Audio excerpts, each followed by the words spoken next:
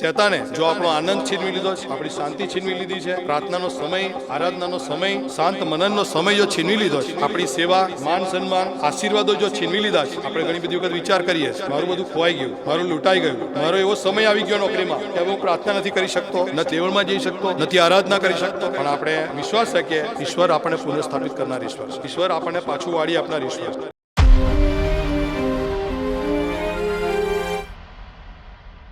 Ezra 6:1-12 પ્રગટ થતા ઈશ્વરના ગુણો એ શીર્ષક મેં આપ્યું છે. ઈશ્વરના ગુણોનું મનન કરતાં પહેલાં આપણે આ અધ્યાયની પહેલાં જે અધ્યાય છે, પહેલા અધ્યાયથી એની પૂર્વ ભૂમિકા જો તપાસીએ તો એને વધારે સમજ પડશે. ઇઝરાયેલી લોકો એ 70 વર્ષના બાબિલના બંદીવાસમાં હતા. યરૂશલેમનું મંદિર તોડી પાડવામાં આવ્યું હતું. એ લોકો એમના પાપના કારણે અને ઈશ્વરથી દૂર થઈ જવાના કારણે અન્ય દેવોની સેવા કરવાના માટે એમને ઈશ્વરે શિક્ષા કરી હતી કે 70 વર્ષ સુધી તમે બાબિલમાં બંદીવાસમાં રહેશો, ત્યાંના રાજાની તમે સેવા કરશો અને 70 વર્ષ પછી હું તમારી મુલાકાત લઈશ અને તમને હું આ ઠેકાણે પાછો લાવીશ. અને યર્મિયા પ્રબોધક દ્વારા તેમના છુટકારા માટેનું વચન તેમને આપવામાં આવ્યું. યર્મિયા 29:10 કેમ કે યહોવા કહે છે, બાબિલમાં 70 વર્ષ પૂરા થયા પછી હું તમારી મુલાકાત લઈશ ને તમને આ સ્થળે પાછા લાવીને તમને આપેલું મારું ઉત્તમ વચન હું પૂરું કરીશ. અને ત્યાર પછી એઝરાનો પહેલો અધ્યાયને 1-4 આપણે જો જોઈએ તો ઈરાનનો જે રાજા હતો કોરેશ રાજા, એ કોરેશ રાજાની સાથે ઈશ્વર વાત કરે છે, એના હૃદયની સાથે ઈશ્વર વાત કરે છે, એને આજ્ઞા આપે છે કે તું યરૂશલેમનું મંદિર બાંધ. એટલે એણે લેખિતમાં જાહેરાત કરી કે જે બંદીવાસમાં યરૂશલેમથી આવેલા જે લોકો બંદીવાસમાં છે, ઇઝરાયેલી લોકો, અને એમને એવું કીધું તમે જાઓ, તમારા વતનમાં જાઓ અને દેવનું મંદિર બાંધો. એટલે આ બંદીવાસમાં જે લોકો હતા એ લોકોને જેને જેને પ્રેરણા થઈ એવા 42,360 લોકો જરુબાબેલની આગેવાનીમાં બાબિલથી નીકળીને યરૂશલેમ આવ્યા. અને પછી એઝરા 3 અધ્યાયમાં આપણે જોઈએ તો 8મી કલમ પ્રમાણે એ મંદિરને બાંધવાની એ લોકો શરૂઆત કરે છે, એનો પાયો નાખે છે. અને ઈશ્વરે જે રાજાને કીધું હતું અને રાજાએ જે હુકમ બહાર પાડ્યો એ પ્રમાણે એ લોકો હવે બાંધવાની શરૂઆત કરે છે. પણ આપણે જાણીએ છીએ કે કોઈ પણ પ્રભુનું કામ જો આપણે કરીએ, ઈશ્વરની સેવા જો આપણે કરીએ, ઈશ્વરના તેડાને જ્યારે આપણે આધીન થઈએ એટલે શૈતાન એક્ટિવેટ થઈ જાય. શૈતાને કોઈ બાબત ગમતી નથી. કોઈક ને કોઈક રીતે શૈતાન એમાં અટકાવ લાવે, વિરોધ લાવે, સતાવણી લાવે, એ કામ બંધ કરવા માટેના પ્રયત્નો કરે, અડચણો ઊભી કરે. અહીંયા પણ એવું જ થાય છે. આ લોકો ઉપર સતાવણી થઈ.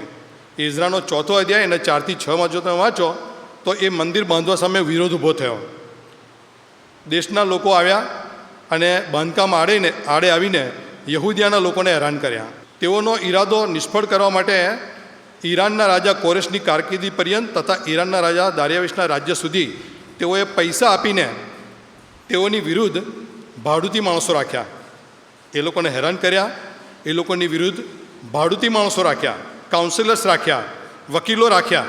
અને એટલું જ નહીં, પણ એ લોકો જે કામ કરે છે, એ લોકો જે કરી રહ્યા છે બાંધકામ, એમના વિરુદ્ધમાં રાજાની ઉપર એમણે એક લેટર લખ્યો.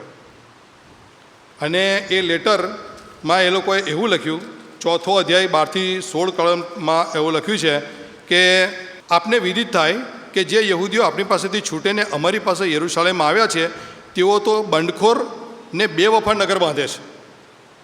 તેઓ તો બંડખોર અને બેવફા નગર બાંધે છે ને પાયા સમારીને કોટ પૂરા કર્યા છે. તો હવે આપને વિદિત થાય કે જો એ નગર બંધાશે અને એના કોટ પૂરા થશે તો તેઓ ખંડણી, કર કે જકાત આપશે નહીં. તેથી આખરે રાજ્યની પેદાશમાં ઘટાડો થશે. અમે આપનું લૂણ ખાઈએ છીએ, માટે આપનું અપમાન જોવું અમને લાજમ નથી. અને આ સંદેશો અમે આપીને આપને ખબર આપીએ છીએ. તમે જુઓ, એ લોકો તો મંદિર બાંધતા હતા, પણ એમના વિશે તો કોઈ ખોટું કે ભાઈ એ લોકો તો કોટ બાંધે છે, એ લોકો તો બંડખોર એવું નગર બાંધે છે, અને જો નગર બંધાઈ જશે તો પછી તમને ટેક્સ નહીં મળે, ટેક્સ નહીં મળે તો પછી દેશ કેવી રીતે ચાલશે? એટલે રાજાને એવી રીતે ભરમાવે છે. આ શૈતાન દ્વારા અલગ અલગ રીતે સતાવણીઓ જ્યારે સેવામાં આપણે હોઈએ, સેવા કરતા હોઈએ ત્યારે આવતી હોય છે, સ્વાભાવિક છે. એટલે એનું પરિણામ એ આવ્યું, એ લેટર રાજાના હાથમાં ગયો, એને વારંવાર વાંચવામાં આવ્યો, એનું ઇન્ટરપ્રિટેશન કરવામાં આવ્યું, અરામી ભાષામાં લખેલો હતો. અને પછી એક નિચોડ આવ્યો કે ના ભાઈ આ લોકોને અટકાવો. અને પછી જોર જુલમથી યરુશાલેમમાં આવીને એ લોકોને અટકાવી દીધા કે ભાઈ તમે હવે બંધ કરી દો. એ બંધ રહ્યું લગભગ 10 વર્ષ સુધી, દારિયાવેશના બીજા વર્ષ સુધી, એટલે લગભગ 10 વર્ષ સુધી ઈશ્વરનું યરુશાલેમનું આ મંદિરનું બાંધકામ એ બંધ રહ્યું. લાંબા ટાઈમ સુધી આ મંદિરનું બાંધકામનું કામ બંધ રહ્યું. પછી 5મા અધ્યાયમાં 2 પ્રબોધકો પ્રબોધવાણી કરે છે. એમાં હગ્ગાઈ 1 અને 8માં હગ્ગાઈ પ્રબોધક એ પ્રબોધવાણી કરે છે કે પર્વત પર જાઓ ને લાકડા લાવીને મંદિર બાંધો અને તેથી હું રાજી થઈશ ને હું મહિમાવાન મનાઈશ, એવું ઈશ્વર કહે છે. તમે લોકો જાઓ, તમે બેસી ના રહેશો. આજે 10-10 વર્ષ થઈ ગયા, તમે તમારા ઘરો બાંધો છો, પણ ઈશ્વરનું ઘર તો ઉજ્જડ પડેલું છે. તમે જાઓ, પર્વત પર જાઓ, ત્યાંથી લાકડા લઈ આવો અને ઈશ્વરનું મંદિર બાંધો અને એનાથી ઈશ્વર મહિમાવાન થશે. અને જખારિયા પ્રબોધકે 1 અને 2 થી 4માં એવી પ્રબોધવાણી કરી કે તમે તમારા પૂર્વજોના પાછળ એ રીતે જેવા ચાલે એવી રીતે તમે ના ચાલો. એ લોકોએ જે પાપ કર્યું એ પાપ તમે ના કરો, પણ તમે તમારા પાપથી પાછા ફરો. એટલે 2 વાત, એક તો મંદિર બાંધો અને બીજી વાત તમે તમારા પાપથી પાછા ફરો. એટલે એ લોકોને હિંમત આપી બંને પ્રબોધકોએ. અને જ્યારે આ બંને પ્રબોધકોએ એ લોકોને પ્રબોધવાણી કરી એટલે એ લોકોને એક હિંમત આવી. એ લોકો જે કામ બંધ થયું હતું, જેનો વિરોધ થયો હતો, એના લીધે એ લોકો નિરાશ થઈ ગયેલા, એ લોકો નાસીપાસ થઈ ગયેલા હતા, એ લોકો ડરી ગયા હતા, બી ગયા હતા. એટલે હવે એ લોકોનામાં હિંમત આવી, એ લોકો જાગૃત થયા, એમનો ડર દૂર થયો, ઈશ્વર તેમની સાથે છે એની એ લોકોને ખાતરી થઈ અને ફરીથી મંદિરનું બાંધકામ એ લોકોએ શરૂ કર્યું. પણ પછી ફરીથી પાછો વિરોધ થયો. જો શૈતાન બેસી રહેતો નથી, શૈતાન ચૂપ રહેતો નથી. વારંવાર કેમ કરીને ઈશ્વરનું કામ બંધ પડે એના માટે વારંવાર પ્રયત્નો કરતો હોય શૈતાન. અને એઝરા 5 અને 3માં તમે જુઓ તો વિરોધીઓએ તેમને પૂછ્યું કે આ મંદિર બાંધવાનો તથા આ કોટ પૂરો કરવાનો તમને કોણે આજ્ઞા આપી? વિરોધીઓ આવ્યા એઝરાના 5મા અધ્યાયમાં આપણે જોઈએ કે ભાઈ આ કોટ બાંધવાનો, આ મંદિર બાંધવાનો અને કોટ પૂરો કરવાનો આજ્ઞા તમને કોણે આપી? તમે એમના મને નામ આપો. એટલે એનો જવાબ આ લોકોએ આપ્યો 13મી કલમમાં, 5મો અધ્યાયની 13મી કલમ, કે બાબિલના રાજા કોરસે પોતાના રાજ્યના 1લા વર્ષમાં દેવનું એ મંદિર બાંધવાનો અમને હુકમ કર્યો. અમે લોકો એમને નથી બાંધતા, અમને હુકમ મળ્યો છે. કોરેશ રાજા તરફથી એ હુકમ મળ્યો છે. કોરેશ રાજા સાથે ઈશ્વરે વાત કરી છે અને એટલા માટે ઈશ્વરે અમને કીધું કે તમે જાઓ અને મંદિર બાંધો. એટલે અમે અમારી ઈચ્છાથી નથી બાંધતા, ઈશ્વરની ઈચ્છા છે અને કોરેશ રાજાએ હુકમ કર્યો છે અને માટે અમે બાંધી રહ્યા છે. તો 17મી કલમમાં આ જે વિરોધીઓ હતા એ લોકોએ દારિયાવેશ રાજાને એક પત્ર લખ્યો અને એમાં એ લોકોએ લખ્યું કે કોરેશ રાજાએ યરુશલેમનું મંદિર બાંધવા માટેનો હુકમ કર્યો હતો કે નહીં એની તમે બાબિલના ભંડારખાનામાં શોધ કરો કે આ લોકો સાચું કહે છે કે નહીં, કે પછી પોતાની રીતે બાંધી રહ્યા છે, કે તમે શોધ કરો. અને હવે આપણે જે એઝરાનો 6ઠ્ઠો અધ્યાયની 1 થી 12 કલમ વાંચી એ હવે આપણને વધારે સમજણ પડશે કે 6ઠ્ઠો અધ્યાય અને 1, 2 અને 3 એ જે કલમો છે એમાં એવું કે દારિયાવેશ રાજાએ બાબિલના ભંડારોના દફતરખાનામાં શોધ કરવાનો હુકમ કર્યો.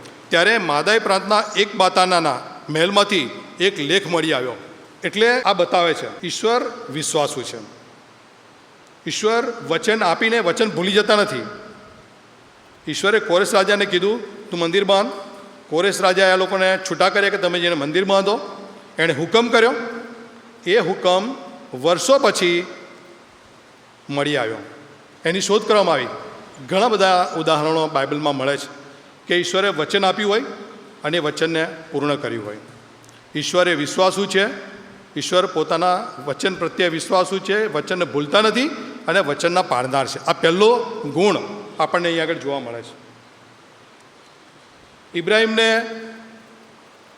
ઈશ્વરે વચન આપ્યું હતું કે એક મોટી દેશ જાતિ ઉત્પન્ન કરવાનું વચન આપ્યું હતું, પણ ઇબ્રાહિમ અને સારા એમને તો કોઈ સંતાન હતું નહીં. વર્ષો વીતી ગયા, બંને ઘરડા થઈ ગયા. સારાને પણ સ્ત્રીની રીત પ્રમાણે થવાનું બંધ થઈ ગયું. બાળક થવાની કોઈ જ શક્યતા નહોતી, પણ યહોવાએ વચન આપ્યું હતું. એટલે વર્ષો પછી પણ ઈશ્વરે સારાની મુલાકાત લીધી.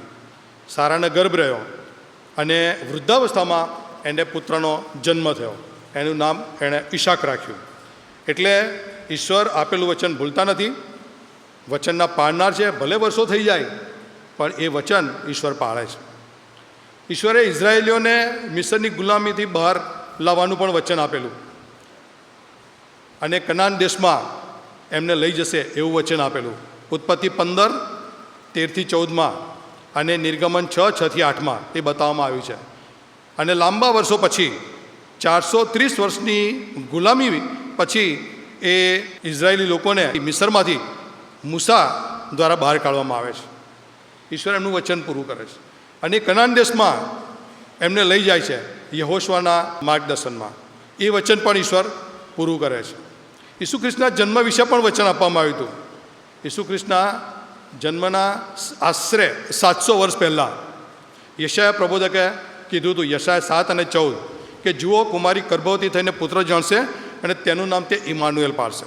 અને આપણે જાણીએ છીએ કે મરિયમ કુંવારીના ઉદરે પ્રભુ ઈસુ ખ્રિસ્તનો જન્મ થાય છે. એ 700 વર્ષ પહેલાં કહેવામાં આવ્યું હતું. એટલા બધા સેંકડો વર્ષ પછી પણ ઈશ્વર એ વચન પૂરું કરે છે. અને અહીંયા પણ આપણે જોઈએ છીએ કે એઝરા 6 એ મંદિર પૂરું થાય છે. 15મી કલમ, દારિયાવેશ રાજાના રાજ્યના 6થા વર્ષમાં અદાર માસને 3જે દિવસે મંદિર પૂરેપૂરું બંધાઈ રહ્યું. એટલે ઈશ્વરે કોરેશ રાજાને જે કીધું હતું કે તું મંદિર બાંધ, અને મંદિર પૂરેપૂરું બંધાયું, એ ઈશ્વર વચન પૂરું કરે છે. 70 વર્ષ પછી તમારી ગુલામીમાંથી, તમારા બંદીવાસમાંથી હું તમારો છિટકારો કરીશ અને આ જગ્યાએ તમને પાછા લઈશ. એ વચન પણ કદાચ લોકો ભૂલી ગયા હશે બંદીવાસમાં રહીને, પણ ઈશ્વર કદી ભૂલ્યા નથી. એમણે 70 વર્ષ પછી પણ એ યાદ કરીને એ લોકોને ત્યાંથી છૂટા કર્યા. એટલે પહેલો ગુણ આપણે જે જોયો તે એ કે ઈશ્વર વિશ્વાસુ છે. ઈશ્વર વચનને ભૂલી જતા નથી, ઈશ્વરને પાળનાર છે. બીજો ગુણ, યહોવા યીરે. 4થી કલમ આપણે જોઈએ. 3જી કલમ, તેમાં આ પ્રમાણે લખેલું હતું, કોરેશ રાજાએ પોતાની કારકિર્દીના પહેલા વર્ષમાં ઠરાવ કરીને હુકમ કર્યો કે યરૂશાલેમમાંના દેવના મંદિર વિશે હુકમ છે કે જે મકાનમાં લોકો યજ્ઞાર્પણ કરે છે તે મંદિર બાંધવું, તેના પાયા મજબૂત નાખવા, તેની ઊંચાઈ તથા ચોડાઈ 60 હાથ રાખવી, મોટા પથ્થરની 3 હારો અને નવા લાકડાની 1 હાર રાખવી, અને તેનો ખર્ચ રાજ્યના ભંડારમાંથી આપવો. એક બાજુ વિરોધ હતો, એક સમયે વિરોધ હતો, પણ હવે પરિસ્થિતિ બદલાઈ ગઈ. કે છે કે એ લોકો જે મંદિર બાંધે છે, જ્યાં એ લોકો યજ્ઞાર્પણ કરે ત્યાં મંદિર બાંધવું, અને એ લોકો બાંધતા જે કંઈ ખર્ચ થાય એ રાજ્યના ભંડારમાંથી આપવો. અને પછી 8મી અને 9મી કલમ જો જોઈએ તો દારિયાવેશ રાજા હુકમ બહાર પાડીને એ જ વાતને આગળ વધારે છે. 8મી કલમ, વળી દેવનું એ મંદિર બાંધવા સારું યહૂદીઓના વડીલો તમારે શી મદદ કરવી તે વિશે હું હુકમ કરું છું કે રાજ્યની મિલકતમાંથી, એટલે નદી પારના દેશની ખંડણીમાંથી એ માણસોને બનતી તાકીદે ખર્ચ આપવો કે તેઓને અટકાવ ન થાય. એ કામ અટકવું ના જોઈએ અને તમારે એ ખર્ચ આપવાનો છે. બીજું કે તેઓને જે કોઈ ચીજની જરૂર હોય તે, એટલે આકાશના દેવના દહનાર્પણોને સારું જુવાન ગોધા, મેઢા તથા હલવાનો, તેમજ યરૂશાલેમના યાજકોના કહેવા મુજબ ઘઉં, મીઠું, દ્રાક્ષારસ ને તેલ તેઓને પ્રતિદિન અચૂક આપવા. તેઓને પ્રતિદિન અચૂક આપવા. એક પણ દિવસ ખાલી ના રહેવો જોઈએ. પ્રતિદિન રોજે રોજ તમારે જરૂરિયાત પૂરી પાડવાની છે. એટલે યહોવા યીરે, યહોવા એ પૂરું પાડનાર ઈશ્વર છે. અને આપણે જ્યારે પ્રભુનું કામ કરીએ છીએ, પ્રભુની સેવા કરીએ છીએ, તો આપણે જો ડરીએ કે મારી પાસે આ બાબત નથી, હું કેવી રીતે સેવા કરીશ, મારી પાસે આ નથી, હું કેવી રીતે શું કરીશ, તો અહીંયા આપણને શીખવા મળે છે કે યહોવા યીરે, યહોવા પૂરું પાડનાર છે. યહોવા પૂરું પાડશે, કારણ કે આપણે યહોવાનું કામ, ઈશ્વરનું કામ કરીએ છીએ. ફિલિપી 4:19 એવું લખ્યું છે કે મારો દેવ પોતાના મહિમાની સંપત પ્રમાણે તમારી સર્વ ગરજ ખ્રિસ્ત ઈસુમાં પૂરી પાડશે.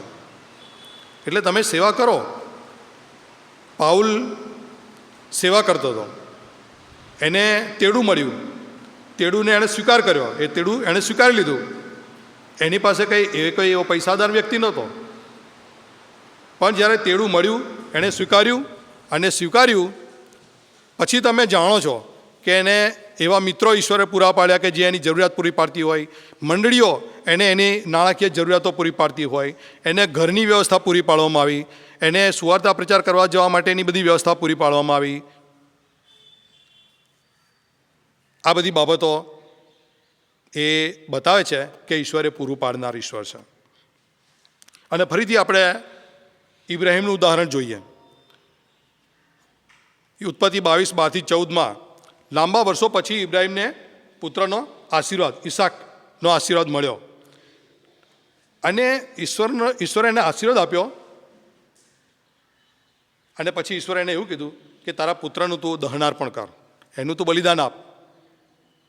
કેવી સ્થિતિ આ ઇબ્રાહીમની થઈ હશે આપણે જાણી શકીએ છીએ કે એક જ પુત્ર ઈશ્વર તરફથી મળ્યો, લાંબા વર્ષો પછી મળ્યો, અને હવે એવું કહેવામાં આવ્યું કે તું એને દહનીયાર્પણ કર, તું એને બલિદાન આપ. એટલે ઈશ્વર પર પ્રેમ કરવો કે પુત્ર પર પ્રેમ કરવો, એ પેલું સૂડી વચ્ચે સોપારી જેવી હાલત આ ઇબ્રાહીમની થઈ હશે. પણ ઇબ્રાહીમ એ ઈશ્વર પર પ્રેમ રાખતો હતો. એણે પુત્રને પ્રેમ કરવા કરતાં એણે ઈશ્વરની આજ્ઞાને વધારે પ્રેમ કર્યો. એણે ઈશ્વરની આજ્ઞાને પ્રથમ સ્થાન આપ્યું, અને એ પુત્રનું બલિદાન આપવા માટે તૈયાર થઈ ગયો. ઈશ્વરે જોયું કે ઇબ્રાહીમ તેના પુત્ર કરતાં મને વધારે પ્રેમ કરે છે, અને જ્યારે ઇબ્રાહીમ પુત્રનું બલિદાન આપવા માટે વિશ્વાસથી આગળ વધ્યો ત્યારે ઈશ્વરે એને અટકાવ્યો, અને એને એક બલિદાન માટે ઘેટું પૂરું પાડ્યું, દહનીયાર્પણ માટે ઘેટું પૂરું પાડ્યું. અને એ જગ્યાનું નામ ઇબ્રાહીમે યહોવા ઈરે એવું પાડ્યું, એટલે યહોવા પૂરું પાડશે. એટલે ઈશ્વર, જ્યારે આપણે ઈશ્વરનું કહેલું માનીએ છીએ, ઈશ્વરની આજ્ઞાને આધીન થઈએ છીએ, ઈશ્વરની સેવામાં જોડાઈએ છીએ, ઈશ્વરના તેડાને સ્વીકારીએ છીએ, પછી ચિંતા કરવાની કોઈ જરૂર નથી. ઈશ્વર પૂરું પાડશે, કોઈક રીતે પૂરું પાડશે. હા, કોઈક જગ્યાએ તકલીફ આવશે, વિરોધ થશે, અટકાવ આવશે, કારણ કે આપણે જોયું કે શૈતાને વારંવાર એ મંદિર ના બંધાય એના માટે અટકાવ લાવ્યો લોકો દ્વારા, પણ તો પણ એ મંદિર બંધાયું. એટલે ઈશ્વર એ કામ પૂરું કરશે. આપણે ધીરજ રાખવાની છે, ઈશ્વર પર ભરોસો કરવાનો છે. ઈશ્વર એ જરૂરિયાત પૂરી પાડનાર ઈશ્વર છે. મૂસા વિશે આપણે જાણીએ છીએ કે મૂસાને ઈશ્વરે કીધું કે તું મારા લોકને તું મિસરની ગુલામીમાંથી છોડાવી લાવ. તો મૂસા પોતાને અશક્ત બતાવે છે, અસમર્થ બતાવે છે. ઈશ્વર કહે છે કે હું તારી સાથે રહીશ, તું જા. તો કે મને બોલતા નથી આવડતું. તો કે તારો ભાઈ તારો હારૂન હું તને આપું છું, તું જા, એ તારા બદલે લોકોની સાથે વાત કરશે, તું જા. તો કે પણ એ હારૂન નહીં માને તો મારું. તો કે તારા હાથમાં શું છે? તો કે લાકડી. તો લાકડીને જમીન પર નાખ. જમીન પર નાખી, એ સર્પ બની ગઈ. જોયું? આના દ્વારા પણ તું ત્યાં જઈને તું ચમત્કારો કરી શકીશ.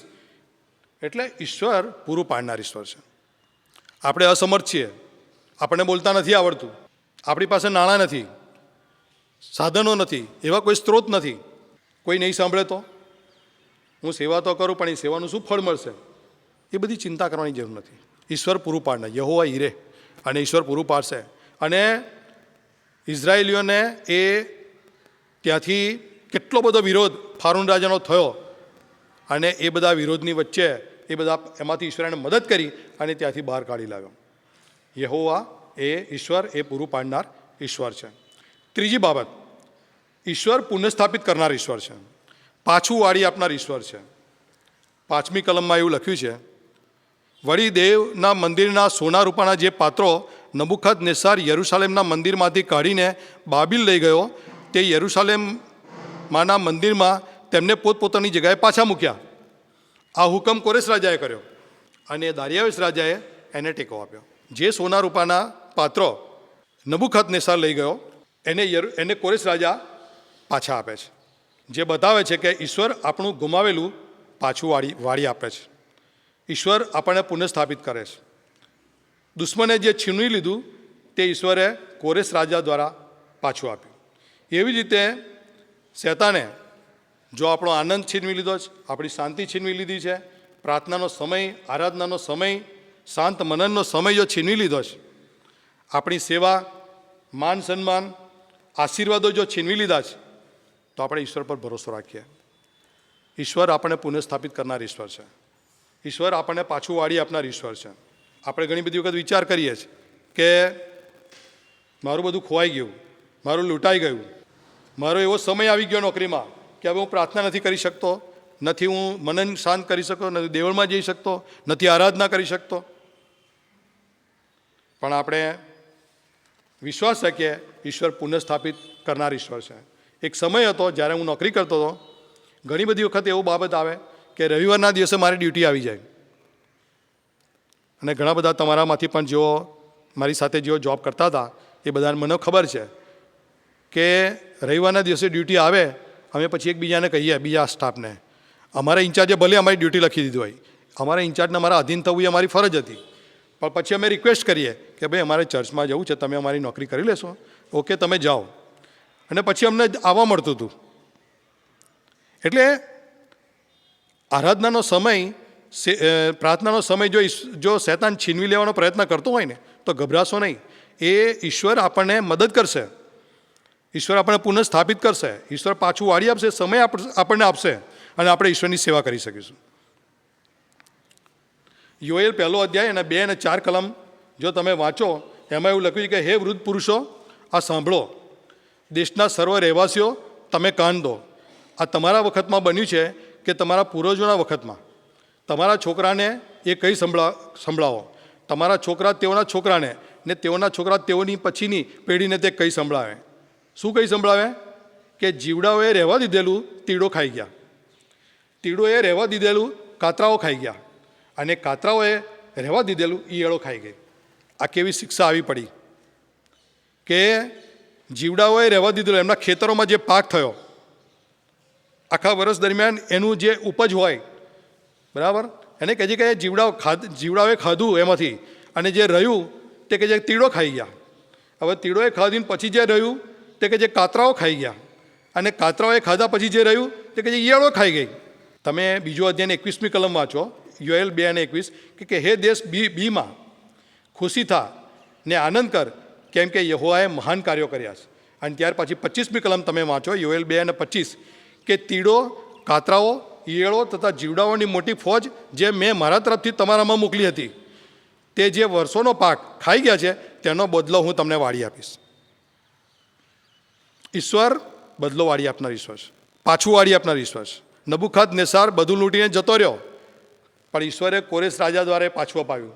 ઈયળોને, કાતરાઓને, જીવડાઓને, એ બધા જે પાક તમારો ખાઈ ગયા છે, ઈશ્વર વચન આપે છે કે હું તમને પાછું આપીશ. પણ ક્યારે?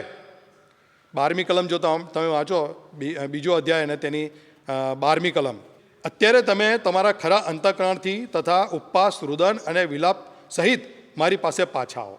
અત્યારે મારી પાસે પાછા આવો. તમે તમારા પાપની કબૂલાત કરો, પાપોનો પસ્તાવો કરો. એ પાપ કરવાનું છોડી દો. તમારા પૂર્વજો ચાલ્યા એના પગલે તમે ના ચાલો, પણ તમે પસ્તાવો કરો. એ તમારું જે નુકસાન થયું છે ને એ હું તમને પાછું વાળી આપીશ, પણ તમે પાછા ફરો. અય્યુબ વિશે આપણે બધા જાણીએ છીએ. શેતાને બધું એનું છીનવી લીધું. એનો મહેલ છીનવી લીધો, એના બાળકો છીનવી લીધા, એના નોકર ચાકરો છીનવી લીધા, એના ઢોરઢાક છીનવી લીધા, અને એટલેથી ના અટક્યો શેતાન. એને કહે છે કે પગની પાણીથી તે માથાના તલકા સુધી ગુમડાનું દર્દ ઉત્પન્ન કર્યું. અય્યુબ એ એટલો બધો તકલીફમાં અને મુશ્કેલીમાં આવી ગયો, બધું ચાલ્યું ગયું એનું, અને એનું આખું શરીર પણ દર્દથી ખદબદવા લાગ્યું. તો એની પત્ની શું કહે છે ખબર? કે હજુ શું તું પ્રમાણિકતાને દ્રઢતાથી વળગી રહ્યો છે? દેવને શાપ આપણે મરી ગયા. જ્યારે એના મિત્રોએ સાંભળ્યું કે ભાઈ આપણો મિત્ર અય્યુબ, એને તો આવી એવી તકલીફો થઈ ગઈ છે, એનું બધું જતું રહ્યું છે, અને એને બહુ ભયંકર આ સ્કિન ડિઝીઝ થયો છે, ચાલો એને દિલાસો આપવા જઈએ. પછી એ લોકો દિલાસો આપવા માટે આવ્યા. દિલાસો આપવા માટે આવ્યા તો શરૂઆતમાં તો સારી વાત થઈ, જમીન નીચે બેઠા એની સાથે વિલાપ કર્યો, એની સાથે એણે નહીં ખાધું તો એ લોકોએ બી નહીં ખાધું. પણ પછી ધીરે ધીરે આ ત્રણ મિત્રો એની ખોદણી કરવા માંડ્યા કે તું છે ને પાપી છે ને એટલે જ આ બધું તારા પર આવી પડ્યું, એટલે જ ઈશ્વરે તને આ સ્થિતિમાં લાવી દીધો. એની પર આરોપો મૂકવા માંડ્યા, આક્ષેપો મૂકવા માંડ્યા. તમે જુઓ શેતાન કેટલું બધું હેરાન કરે છે. કોઈક ને કોઈક રીતે શેતાન ઈશ્વરના લોકોને ઈશ્વરથી પાછા લાવવાના માટે એ પ્રયત્નો કરે છે. એટલે અયુબને માટે ઈશ્વરે સાક્ષી આપેલી શેતાનને કે એ મારો સેવક, એ પ્રામાણિક છે, નમ્ર છે, પૃથ્વી પર એના જેવો બીજો કોઈ નથી. અને શેતાને પણ કીધેલું કે ત્યાં બધું એને આપ્યું છે ને એટલે તારી ભક્તિ કરે છે, હમણાં જો પાછું લઈ લેવામાં આવે ને તો તને બી ભૂલી જશે. એટલે ઈશ્વરે એને ચેલેન્જ આપી કે એની તારે જે કરવું એ કર, ખાલી તો એનો જીવ બચાવે. અને અયુબ એની પત્નીને જ્યારે એને આવું કહે છે તો પણ એના મુખથી ઈશ્વરને દોષ આપતો નથી કે ઈશ્વરે જે આપ્યું ઈશ્વરે પાછું લઈ લીધું. ઈશ્વરના નામને ધન્ય હો. મારી માના પેટમાંથી નાગો આવ્યો, નાગો જ પાછો જવાનો છું, ઈશ્વરના નામને ધન્ય હો. ઈશ્વરના તરફથી આપણે સુખ જ સ્વીકારીએ અને દુઃખ ના સ્વીકારીએ. આ કેવા શબ્દો એ અયુબ બોલી શકે. અને પછી ઈશ્વરને બહુ ખોટું લાગ્યું જ્યારે તેના ત્રણ મિત્રોએ અયુબની પર આક્ષેપો કર્યા અને કહે છે કે તમે મારા વિશે ખરું બોલ્યા, જેમ મારો સેવક ખરું બોલ્યો છે એવું તમે મારા વિશે ખરું બોલ્યા નથી. હવે હું તમારી વલે કરીશ, તમને શિક્ષા કરીશ. ત્યારે અયુબ એ આટલો બધો હેરાન થઈ ગયેલો, આવી તકલીફમાં હતો, અને આ મિત્રો જાણે દુશ્મન બની ગયા હોય એ રીતે વર્તતા હતા, એની પર આક્ષેપો કરતા, તો પણ એમના માટે પ્રાર્થના કરી. અને ઈશ્વરે અયુબને બધું બમણું જે હતું એના કરતાં બમણું આપી દીધું. ઈશ્વર એ પાછું વાળી આપનાર ઈશ્વર છે. જે ગુમાવી દીધેલું બધું એને પાછું મળ્યું. એટલે ઈશ્વર એ કેવા છે? પુનઃસ્થાપિત કરનાર ઈશ્વર છે. ઈશ્વર એ પાછું વાળી આપનાર એ ઈશ્વર છે. ચોથી બાબત, ઈશ્વર એ સર્વસત્તાધાર ઈશ્વર છે. એક રાજા લૂંટે છે, બીજો રાજા પાછું આપે છે. નબુકદનેસ્સાર રાજા મંદિરને લૂંટી ગયો અને કોરેશ રાજાએ લૂંટેલું બધું પાછું આપ્યું. બંને રાજાઓ અલગ છે, પણ બંને ઈશ્વરના કંટ્રોલમાં છે, ઈશ્વરના નિયંત્રણમાં છે. એ બતાવે છે કે ઈશ્વર સર્વસત્તાધાર ઈશ્વર છે.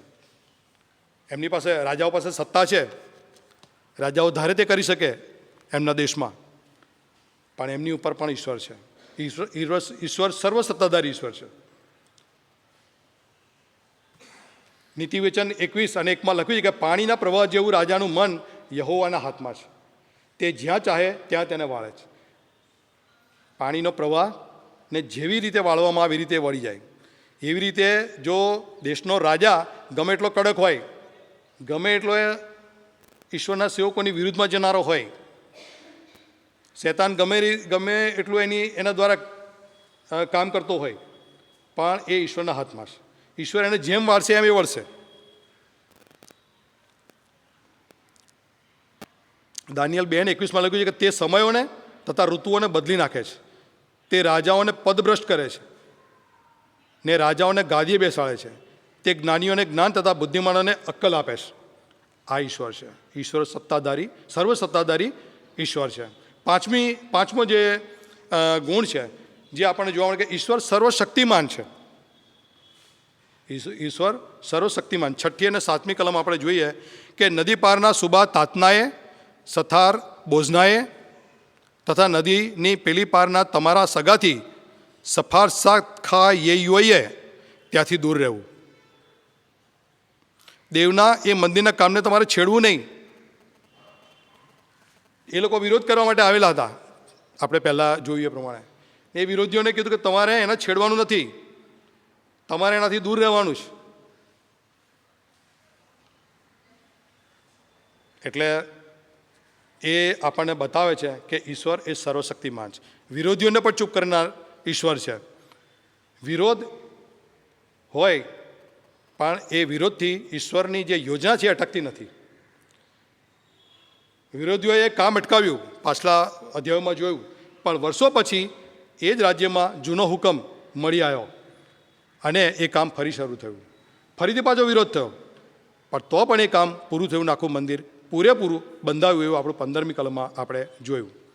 એટલે વિરોધ એ ઈશ્વરની યોજનાને મોડું કરી શકે, પણ એને નિષ્ફળ બનાવી શકતો નથી.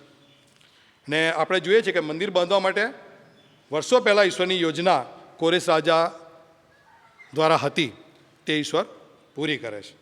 અને એ જ જે હુકમ જે કોરેશ રાજાએ કર્યો, એ હુકમને શોધવામાં આવ્યો, દારિયાશ રાજાએ શોધ્યો અને એને સમર્થન આપવામાં આવ્યું, એને ટેકો આપવામાં આવ્યો. અને હવે એવું કહેવામાં આવ્યું કે તમે લોકોએ એ કામને છેડવાનું નહીં, તમારા લોકો એનાથી દૂર રહેવાનું અને એ મંદિરને બાંધવાનું છે. જે કંઈ ખર્ચ થાય એ તમારે આપવાનો છે, જે કંઈ જરૂરિયાતો એ લોકોની હોય એ જરૂરિયાતો તમારે પૂરી પાડવાની છે. એટલે ઈશ્વર એ સર્વશક્તિમાન ઈશ્વર છે. ઈશ્વરનું કાર્ય એ કોઈ એક રાજા પર આધારિત નહોતું. નબુકદનેસર બધું લઈ ગયો, લૂંટી ગયો. કોરેશ રાજાએ પાછું આપ્યું અને મંદિરના બાંધકામને શરૂ કરાયું અને વિરોધના કારણે એ અટક્યું. પણ વર્ષો પછી દારિયાશ રાજાએ એ જ કામને પાછું આગળ વધાર્યું. એટલે આ બતાવે છે કે ઈશ્વર પોતાનો હેતુ પૂર્ણ કરવા માટે અલગ અલગ સમયો અને અલગ અલગ લોકોનો ઉપયોગ કરે છે. રાજા બદલાઈ જાય, સમયો બદલાઈ જાય, પણ ઈશ્વરની યોજના કદી પણ બદલાતી નથી. છઠ્ઠો ગુણ જે આપણને આમાં જોવા મળે છે તે 10મી કલમ, કે જેથી તેઓ આકાશના દેવની આગળ સુવાસિત યજ્ઞો કરે અને રાજાના તથા તેના પુત્રોના દીર્ઘાયુષ્યને માટે પ્રાર્થના કરે. કે તમે આ લોકોને બધી જરૂરિયાતો પૂરી પાડો અને એમની જે સેવાકીય જરૂરિયાતો જે છે, દહનારપણો જે છે, બરાબર, ગોધા અને મેઢા અને હલવાનો અને એમના યાજકોને કહેવા મુજબ ઘઉં, મીઠું, દ્રાક્ષારસ, તેલ, એ બધું એ લોકોને અચૂક પૂરું પાડો, કે જેથી કરીને એ લોકો પ્રાર્થના કરે, યજ્ઞો કરે, દેવની આગળ સુવાસિત યજ્ઞો કરે અને રાજાના તથા તેના પુત્રોના દીર્ઘાયુષ્યને માટે પ્રાર્થના કરે. એટલે આ જે આપણને બતાવ્યું કે ઈશ્વર એ પ્રાર્થનાને સાંભળનાર ઈશ્વર છે, એનો જવાબ આપનાર ઈશ્વર છે. અને તો જ આ રાજા આવું કે એને આ ઈશ્વર પર શ્રદ્ધા છે, ઈશ્વર પર વિશ્વાસ છે. તમે પહેલો જ અધ્યાય અને એની જે આપણે કલમો છે એમાં તમે જુઓ, ત્રીજી કલમ, એઝરા પહેલો એના અધ્યાય અને એની ત્રીજી કલમ, અને એમાં કૌંસમાં એવું લખ્યું છે કોરેશ રાજાએ કે યહોવા તે જ ખરો દેવ છે. એ કબૂલ કરે છે કે યહોવા તે જ ખરો દેવ છે. અને રાજા એ ઈશ્વરની પ્રાર્થના ઉપર આધાર રાખે છે. રાજાઓ પ્રાર્થનાવાદી વ્યક્તિ પ્રત્યે રાજાઓ માનથી જુએ છે અને એમને ખબર છે કે ઈશ્વર એમના સેવકોની પ્રાર્થના સાંભળે છે. પહેલો તિમોથી 2:1-12 માં આપણને પ્રાર્થના વિશે કહેવામાં આવ્યું છે કે હવે સૌથી પ્રથમ હું એવો બોધ કરું છું કે વિનંતી, પ્રાર્થના, આજીજી સાથે આભાર સ્તુતિ સઘળા માણસોને માટે કરવામાં આવે, રાજાઓને માટે તેમજ સર્વ અધિકારીઓને માટે, જેથી આપણે પૂરા ભક્તિભાવથી તથા ગંભીરપણે શાંત તથા સ્વસ્થ રીતે જીવન ગુજારીએ. આપણને જવાબદારી આપવામાં આવી છે પ્રભુના સેવકો તરીકે કે તમારે પ્રાર્થના કરવાની છે. કોના માટે? કે સઘળા માણસોના માટે, રાજાઓના માટે, અધિકારીઓના માટે, કે જેથી કરીને આપણે પૂરા ભક્તિભાવથી ગંભીરપણે શાંત અને સ્વસ્થ રીતે જીવન ગુજારીએ. કે આપણે જે દેશમાં રહીએ છીએ એ રાજાના માટે જો આપણે પ્રાર્થના કરીશું, જે દેશમાં રહીએ છીએ એ નેતાના માટે, એ પ્રધાનના માટે, મંત્રીના માટે, એ સરકારના માટે આપણે પ્રાર્થના કરીશું, ઈશ્વર એમના હૃદયો, એમના મનો, એમના વિચારોને બદલી નાખશે. કદાચ એવું બને કે આપણા વિરુદ્ધમાં કોઈક એવો બાબત બનવાની હોય, પણ જો આપણે પ્રાર્થના કરીશું તો ઈશ્વર પરિસ્થિતિને બદલી નાખશે. આ રાજાએ એવું કીધું કે એમને તમે બધું પૂરું પાડો કે જેથી કરીને એ લોકો યજ્ઞો કરે અને પ્રાર્થના કરે કે જેથી કરીને રાજાના અને એના પુત્રોના દીર્ઘાયુષ્ય વધે. એ લોકોની પાસે સત્તા, રાજાની પાસે સત્તા છે. કોઈને ફાંસીએ ચડાવી દેવો અને એનું જીવન ટૂંકાવી દેવું, કે પછી એની ફાંસીની સજા રદ કરી દેવી, એને જીવતદાન આપવું, એ સત્તા રાજા પાસે છે. પણ એના પોતાના જીવન વિશે એની પાસે કોઈ સત્તા નથી. એના પોતાના દીર્ઘાયુષ્ય વિશે એની પાસે કોઈ સત્તા નથી. કોઈ એની પાસે બહુ મોટું સૈન્ય હોઈ શકે, એ બીજા દેશોને જીતી શકે એટલી બધી શક્તિ એની પાસે હોય. કોઈકને ફાંસીએ ચડાવી દે એ શક્તિ પણ એની પાસે છે, એ સત્તા પણ છે. પણ પોતાનું અને પોતાના કુટુંબનું કલ્યાણ થાય અને એને લાંબુ આયુષ્ય મળે એ બાબત એની પાસે નથી, એ ઈશ્વર પાસે છે. એટલે કે ઈશ્વર એ પ્રાર્થનાના સાંભળનાર છે. ઈશ્વર એ પ્રાર્થનાનો ઉત્તર પણ આપે છે અને રાજાઓ પણ ઈશ્વરની પ્રાર્થના ઉપર આધાર રાખે છે. અને માટે આપણી જે જવાબદારી છે તે એ છે કે આપણે પ્રાર્થના કરવી જોઈએ. આપણે આપણા દુશ્મનો માટે પણ પ્રાર્થના કરવી જોઈએ. અયુબે આ દુશ્મન જેવા મિત્રો માટે પ્રાર્થના કરી. ભલે એણે મારું જે કર્યું હોય, ભલે મને આક્ષેપો કર્યા, ભલે એમણે મારી ખોદણી કરી, પણ એના માટે પ્રાર્થના કરી અને ઈશ્વરે અયુબનું આખી પરિસ્થિતિ બદલી દીધી અને એને જે ગુમાવેલું એના કરતાં બમણું એને પાછું આપવામાં આવ્યું. આ મહિનો એ ઓગસ્ટ મહિનો ચાલે છે અને આપણે જાણીએ છીએ કે પ્રાર્થનાના પર્વ તરીકે આ મહિનાને ઘોષિત કર્યો છે. ત્યારે આપણી જવાબદારી છે કે આપણે રોજે રોજ અહીંયા લિસ્ટ મૂકવામાં આવેલું છે અને PDF પણ મૂકવામાં આવી છે. આપણે પ્રમાણિકપણે પ્રાર્થના કરીએ, વિશ્વાસપૂર્વક પ્રાર્થના કરીએ. આખો મહિનો ભલે પ્રાર્થનાનો દિવસ આજે મારો છે અને હું પ્રાર્થના કરીશ કે 2-3 કુટુંબનો છે અને અમે 2-3 કુટુંબ આજે પ્રાર્થના કરીશું, પણ પછી એવું નહીં કે બીજાઓએ પ્રાર્થના નહીં કરે. બીજાએ પણ આપણી પાસે જે છે આપણે પ્રાર્થના કરીએ, આપણી મંડળી માટે પ્રાર્થના કરીએ, આપણા દેશના માટે પ્રાર્થના કરીએ, આપણી સરકારના માટે પ્રાર્થના કરીએ. આપણી દેશની જે પરિસ્થિતિઓ છે, જે આપણા દેશની વિરુદ્ધ ચાલી રહી છે, એ પરિસ્થિતિઓના માટે પ્રાર્થના કરીએ. ઈશ્વર પરિસ્થિતિને બદલી દેશે. બીજો કાળ વૃત્તાંત 7 અને 14 શું લખેલું છે કે જ્યારે મારા લોક જે મારા નામથી ઓળખાય છે તેઓ નમી જશે અને પસ્તાવો કરશે અને પૌના પાપથી પાછા ફરશે અને મારું મુખ શોધશે, ત્યારે આકાશમાંથી તેમની પ્રાર્થના હું સાંભળીશ અને તેમના દેશને હું સાજો કરીશ. આપણે દેશના માટે પ્રાર્થના કરીશું, નમી જઈશું, પસ્તાવો કરીશું અને ઈશ્વરનું મુખ શોધીશું તો આ બાબત બનશે. પણ જો આપણે પસ્તાવો નહીં કરીએ તો બાબત નહીં બને. અને માટે આ પ્રાર્થનાનો મહિનો ચાલી રહ્યો છે અને આપણે જે બાબત શીખ્યા કે એક રાજાને પણ ઈશ્વરને પ્રાર્થનાની જરૂર છે, કે લોકો પ્રાર્થના કરે કે જેથી કરીને એનું કલ્યાણ થાય. અને આપણને પણ શાંતિથી રહેવું છે, સુખેથી રહેવું છે. કારણ કે 1 તિમોથી 1:2 આપણે વાંચ્યું કે આપણે સુખાકારીથી રહી શકીએ માટે આપણે પ્રાર્થના કરવાની છે. રાજાઓના માટે પણ, અધિકારીઓના માટે પણ, કે જેથી કરીને આપણે ગંભીરપણે અને સારી રીતે જીવન જીવી શકીએ. તો આપણે સારી રીતે જીવી શકીએ માટે પ્રાર્થના કરીએ અને રાજાઓ અને સરકાર પણ સારી રીતે દેશ ચલાવે માટે એમના માટે પણ આપણે પ્રાર્થના કરીએ. તો જે બાબત આપણે શીખ્યા એમાં આપણે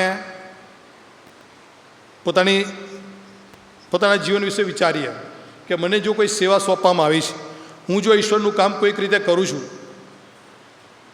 કે હું પ્રાર્થના કરું છું, કે હું કોઈને મદદ કરું છું, કે મંડળીમાં સેવા કરું છું, કે મંડળીની બહાર સેવા કરું છું, તો એમાં વિરોધ આવે, અટકાવ આવે, નિરાશાના સમયો આવે, નાસીપાસ થવાના સમયો આવે, ત્યારે હું શું કરું છું?